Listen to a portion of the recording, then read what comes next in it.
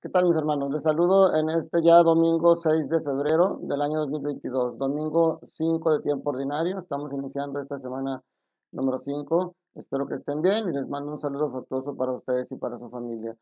Hoy la liturgia nos marca tres lecturas que tienen mucho que ver con un tema muy específico, que pudiera parecer ajeno a ti, porque es el tema de la vocación.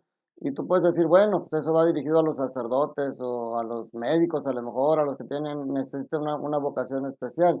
Pero no, mi hermano, la vocación es a la que tú estás llamado. Ahorita vamos a meditar, porque estas lecturas están muy condensadas en un tema que tiene mucho, trae mucho material para meditar y ojalá no se nos alargue mucho esta homilía para no cansarlos. Pero miren, ustedes pueden meditarla después más despacio.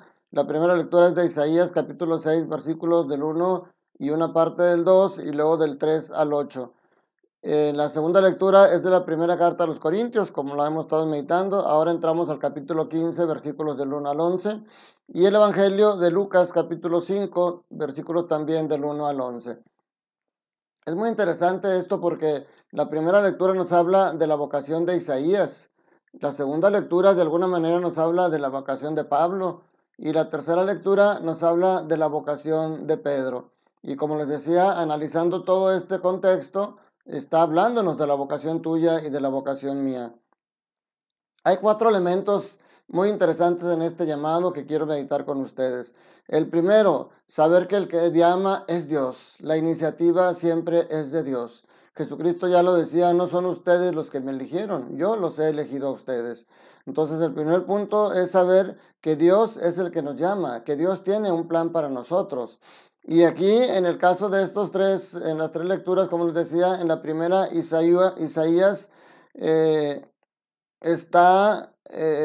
le manifiesta a Dios, dice que en el templo se le manifiesta un Dios tres veces santo, un Dios que está flanqueado por dos serafines y que los serafines están diciendo, santo, santo, santo es el Señor, Dios de los ejércitos, su gloria llena toda la tierra. Imagínense después de ver esa visión.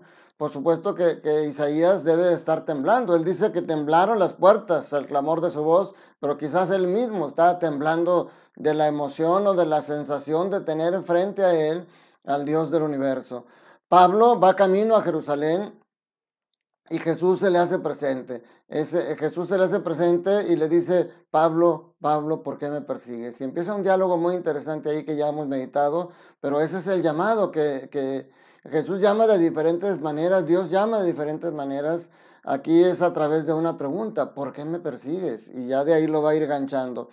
Y Pedro está Jesús elige la barca de Pedro. Fíjense cómo está predicando y luego como la gente se le agolpaba mucho para que no lo fueran a aventar al agua, él elige una de las dos barcas y elige la de Pedro para subirse ahí y desde ahí predicar. No es una elección casual. Jesús ya sabía cuál era su plan con Pedro, así como no es una elección casual, mi hermano, que Cristo se quiera subir a tu barca. Cruz quiere subirte a la barca de tu vida porque tiene también un plan para ti. Vamos a meditarlo. El segundo punto a meditar es la respuesta de la persona, que obviamente, como decíamos, Isaías decía que estaba todo temblando, que yo creo que el temblereque era él, porque obviamente sentía miedo, pero también indignidad, o sea, no se sentía digno de ser el portador de la voz de Dios, que ese mismo se ve en los otros dos ejemplos. Porque dice Isaías, ay de mí, estoy perdido porque soy un hombre de labios impuros que habita en medio de un pueblo de labios impuros. Él se considera impuro, no se siente digno de ese rol que le quiere dar Dios. En el caso de Pablo es lo mismo. Pablo dice, yo que fui un perseguidor, fui llamado indignamente para ser apóstol. Y dice que soy casi un aborto. Imagínense la indignidad que se siente él después de perseguir y querer acabar con la iglesia de Cristo, ahora que se ha llamado para, al contrario, predicarlo. Y Pedro, su respuesta también, apártate de mí, Señor, porque soy un pecador. Se fijan cómo los tres tienen ese mismo tema. Y luego el tercer punto sería la respuesta de Dios. Dios, antes de que tú le respondas, Dios te responde a esa sensación de miedo, a esa indignidad que tú sientes, te regresa la dignidad para que hagas tú lo que tienes que hacer. En el caso de Isaías, Dios dice que un serafín va y toma un fuego y se lo pone en los labios.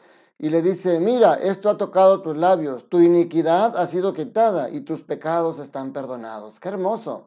Cuando Dios te elige y te da la dignidad y te da los elementos para que puedas cumplir con la misión que te va a dar.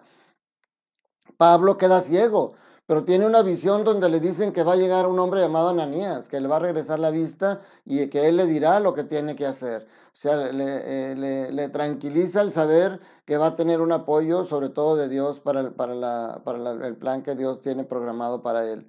Y a Pedro, pues le dice, no temas, de hoy en adelante serás pescador de hombres. O sea, la respuesta de Dios siempre es consoladora, siempre es de apoyo. Y ahora sí viene la respuesta de la persona.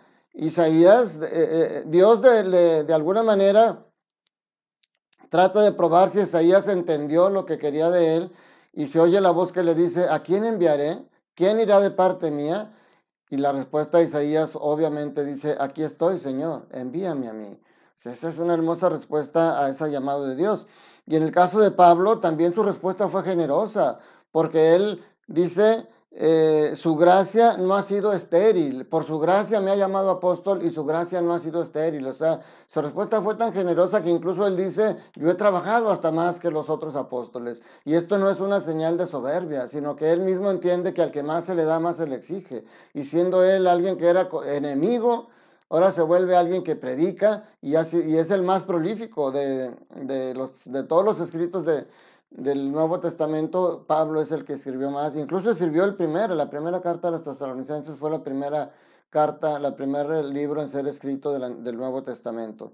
Entonces, y Pedro, pues fíjense, la respuesta de Pedro es muy interesante porque dice, regresaron con la barca a tierra después de la pesca milagrosa en el que pescaron tantas cosas que incluso tuvieron que pedir ayuda de otra barca y aún así la barca casi se hunde. Entonces, al regresar, Pedro dice aquí que dejando todo, lo siguieron. ¿Por qué le dicen plural? Porque la respuesta, el llamado siempre es tan generoso y es como cuando dice, te lo digo Pedro para que entiendas Pancho, porque no solamente Pedro respondió. Aquí vemos una diferencia muy marcada entre el llamado que presentan los sinópticos y el llamado que presenta Lucas. Lucas dice que esa respuesta fue no solamente de Pedro, sino también de Santiago y Juan. Y aparte el contexto del llamado es muy diferente en los sinópticos que aquí. Aquí el llamado es después de escuchar la palabra. Eso es bien importante. Tú para poder responder tienes que conocer al Señor, escuchar su palabra, entender su mensaje para que puedas después llevarlo a la práctica. Y aparte es importante resaltar, aunque ahorita de alguna manera lo mencioné, pero resaltar que el lugar donde te puede llamar Dios, no, sí puede ser en el templo. A Isaías le llaman el templo. Tú vas a la misa y tú escuchas, y en una misa puede ser que escuches algo que toque tu corazón y te haga acercarte más a Él y te haga seguirlo más a Él, que ese es el objetivo de la Eucaristía dentro de los objetivos importantes, que tú realmente tengas una transformación en tu corazón después de ese encuentro con el Señor. Pero no solamente ahí te puede llamar. A Pablo lo siguió incluso cuando estaba haciendo algo malo. Pablo iba a Damasco a llevar presos a todos los cristianos y ahí le hace el Señor el llamado. Qué interesante. Aún en el momento que tú estés cometiendo un pecado, puedes sentir la llamada de Dios en tu corazón para tener ese cambio que realmente te haga ser una persona nueva. Y a Pedro en su lugar de trabajo. Pedro era un pescador y estaban pescando. Y fíjense qué interesante que cuando Jesús le dice, echa la marca mar adentro, retírate de la tierra, eso también tiene su simbolismo. Tenemos que retirarnos de la tierra, tenemos que retirarnos del mundo para poder tener ese encuentro en ese lugar. Como les dice Jesús, vamos a un lugar despoblado para que descansen. Es importante alejarnos de los ruidos del mundo para poder que nuestra alma descanse y sea tierra propicia para el encuentro con Dios. Y entonces, estando ahí en su lugar de trabajo, ¿quién es el que sabe mejor de la pesca? ¿Jesús o Pedro y sus amigos? Pues obviamente Pedro y sus discípulos y sus demás amigos, porque todos eran pescadores. Sin embargo, cuando Jesús le dice, echa las redes para pescar, Pedro le pudo haber dicho, Señor, o sea, ya lo estamos haciendo, yo no te voy a hacer caso porque yo soy el que sé, tú eres carpintero, ¿qué me vas a enseñar a mí? Y sin embargo, Es importante, ahorita decía, escuchar la palabra de Dios, y escuchar no necesariamente a veces se entiende, a veces no entendemos por qué Dios nos pone algunas pruebas o por qué pasamos algunas cosas, pero aunque no entiendas, hay que obedecer al Señor. Pedro dice, Señor, hemos intentado toda la noche y no hemos pescado nada, pero en tu nombre echaré las redes. Aunque tú no entiendas, dile al Señor, no entiendo, Señor, por qué me has quitado a mi padre, a mi hermano, a mi esposa, pero en tu nombre te lo entrego y seguiré amándote y seguiré la vida porque sé que tú estarás conmigo. Señor, no entiendo este desempleo, pero en tu nombre no me derrotaré. Seguiré buscando trabajo sabiendo que tú un día me vas a ayudar a encontrar uno mejor. Esa es la escucha de la palabra de Dios. No solamente debe llevarte a actuar, sino que te debe transformar desde el fondo de tu ser, convertirte en una persona nueva. Y como les decía al principio, este llamado de estos tres ejemplos que nos pone engloban lo que es tu llamado, mi hermano, tu llamado y mi llamado. Estamos llamados también a ser pescadores de hombres nosotros. Tú vas a decir, ¿cómo? Pues yo estoy casado, yo soy arquitecto, yo soy ingeniero, yo soy albañil, yo soy ama de casa.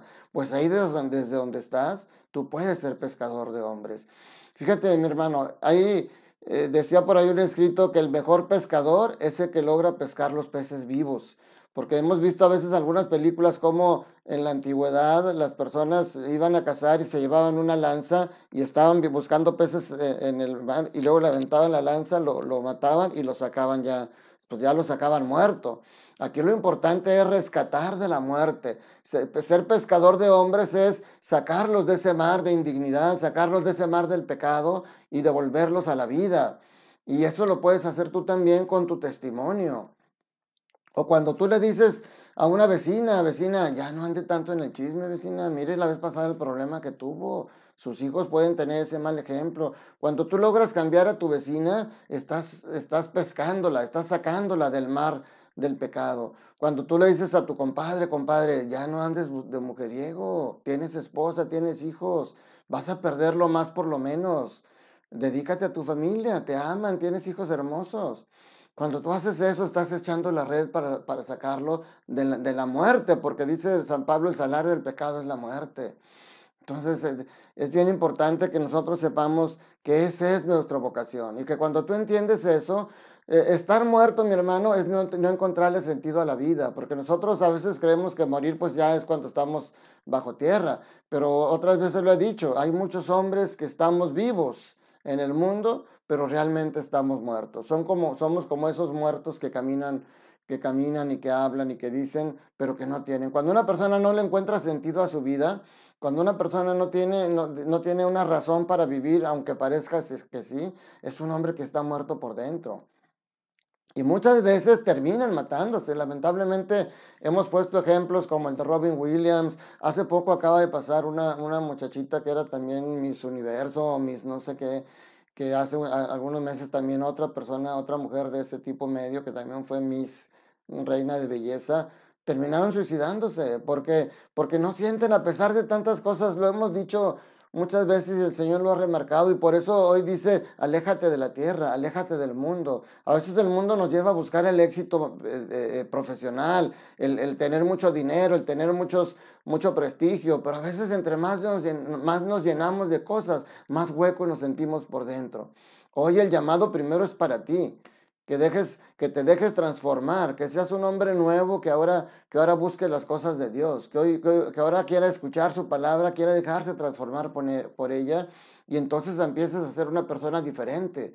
Y simplemente con ese acto de ser un hombre nuevo, de dejar atrás el pasado para vivir mejor el presente y proyectar un mejor futuro, va a cambiar tu vida. Y también va a cambiar la vida de los que te rodean, porque tus hijos obviamente van a sentir el cambio y se van a sentir felices. Que ahora seas un padre que les dedica más tiempo, que ahora seas un padre que se preocupa. Porque si te digo que tenemos que ayudar a la gente a encontrar el sentido de su vida, con mayor razón tus hijos. Ellos son los primeros que tienen que tener claro no solamente se saben amados, sino que se sienten amados y que tienen una misión que cumplir y que cuentan contigo y que cuentan con Dios para cumplir esa misión. Tantas cosas que pudiéramos hablar vocación tan hermosa y no te sientas indigno. Yo no me siento digno de estar aquí, pero que eso no me limita porque sé que Dios me elige y que Dios está conmigo. Si tú te sientes indigno, pues realmente todos somos indignos. Y el mismo Papa, el mismo lo ha dicho, puede ser digno del rol que ocupa, pero Dios se lo dio y lo está llevando de la mejor manera a pesar de los ataques de la gente y nosotros tenemos que orar por ellos y por él y tenemos que orar unos por otros para que realmente podamos cumplir esa misión de ser pescadores de hombres. Recordando que ser pescadores de hombres es rescatarlos del pecado, rescatarlos del mal. Y en primer lugar, rescatarme a mí mismo, dejarme rescatar a mí mismo de ese mal en el que yo esté viviendo y empezar una vida nueva, llevando siempre a Cristo en la barca, porque Él es el que me va a decir qué hacer y por dónde irme. Que la bendición de Dios Todopoderoso, Padre, Hijo y Espíritu Santo, descienda sobre ustedes y sus familias y permanezca para siempre.